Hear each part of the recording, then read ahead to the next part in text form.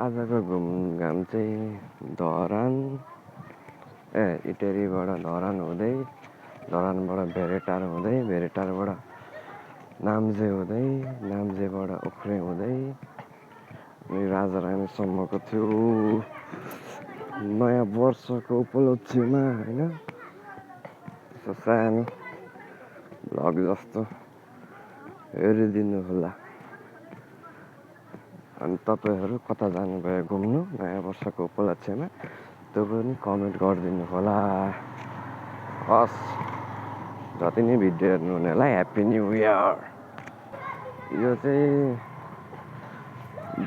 भेरेटार राजारानीमा रहेको ताल हो। के पो थियो तालको नामै बिर्सियो, कमेन्ट गर्नुहोस् है। यो चाहिँ पर्फेक्ट भ्यू छ राजारानी तालको।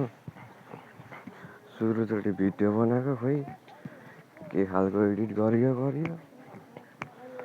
अगाडिको चाहिँ सर्ट्सवाला यो चाहिँ पुरै आयो। आइफोनबाट खिचेको हो नि त यो।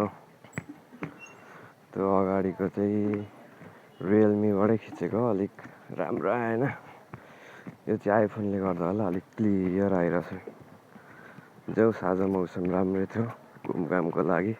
धन्यवाद हजुरहरूलाई।